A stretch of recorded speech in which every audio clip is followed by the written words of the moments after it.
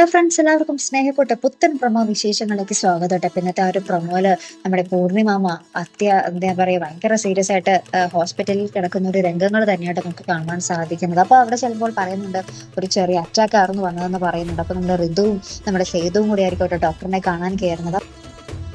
അപ്പം നമ്മുടെ ഹോസ്പിറ്റലിൽ വെച്ച് നമ്മുടെ ഋതുവിനോട് നമ്മുടെ പല്ലവി മാപ്പൊക്കെ പറയുന്നുണ്ട്, എന്നോട് ക്ഷമിക്കണം, ഇന്ദ്രന്റെ കയ്യിൽ നിന്നും എനിക്ക് എന്തെങ്കിലും അപകടം സംഭവിച്ചാൽ അത് എനിക്ക് മാത്രമല്ല നമ്മൾക്ക് പെൺകുട്ടികൾക്ക് മൊത്തത്തിലാണ് അപമാനം ഉണ്ടാകാൻ പോകുന്നത് എന്നൊക്കെ നമ്മുടെ പല്ലവി നമ്മുടെ ഋതുവിൻ്റെ അടുത്ത് പറയുന്നുണ്ട്. അപ്പം തന്നെ നമ്മുടെ ഋതുവിന്റെ മനസ്സ് ചെറുതായിട്ടൊക്കെ ഒന്ന് മാറുന്നുണ്ട്.